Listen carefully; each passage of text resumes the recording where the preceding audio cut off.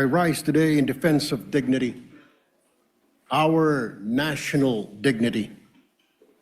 Spokesperson of the Chinese embassy recently lectured Filipinos and worse, Philippine officials on the limits of freedom of speech. We are told that criticizing a foreign head of state is completely unacceptable. Well, let me say this then, Mr. President.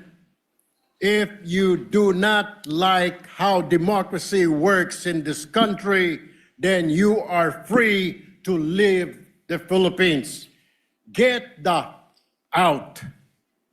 Mr. President, kung hindi nila gusto kung paano gumagana ang demokrasya sa ating bansa, malinaw po ang sagot.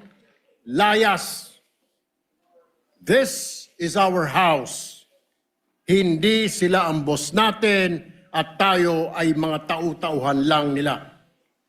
To the Chinese embassy officials, you do not have the moral authority to lecture Filipinos about freedom of speech.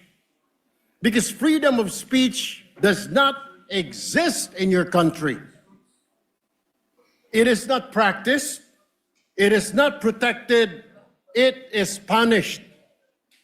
So do not export censorship to a nation that fought, bled, and died to be free.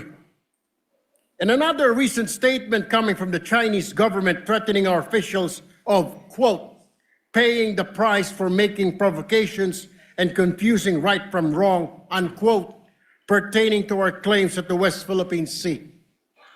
What is truly unacceptable is a foreign government acting as if it can police Filipino speech, intimidate Filipino officials, or shame Filipino into silence. Mr. President, our government officials spoke only the truth. They defended our sovereignty. They spoke as public servants of a democratic republic. They are correct, and the Chinese government is wrong. Wala silang karapatan na punahin ang malayang pagpapahayag sa ating bansa. Dahil sa kanilang bansa, walang tunay na freedom of speech. Mga kritiko ikinukulong at misteryosong namamatay pa. Ang mga mamahayag, pinapatahimik, opinyon, kinokontrol tulad po nangyayari doon sa Hong Kong kung ilang kritiko nila ay kinulong na.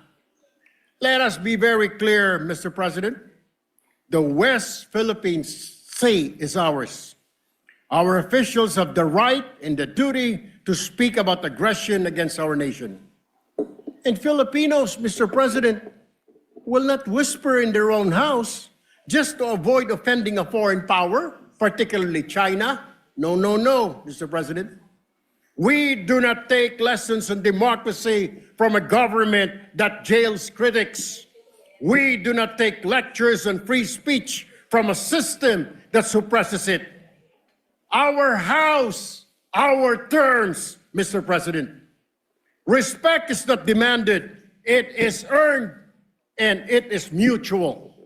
If you want respect from Filipinos, then respect our Constitution.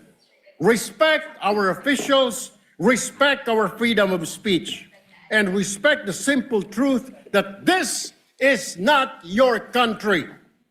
Mr. President, the Filipino people are not afraid. We are not silent, and we will not be bullied, politely or otherwise. Thank you, Mr. President. Maraming salamat. Maraming salamat at magandang hapon sa ating lahat.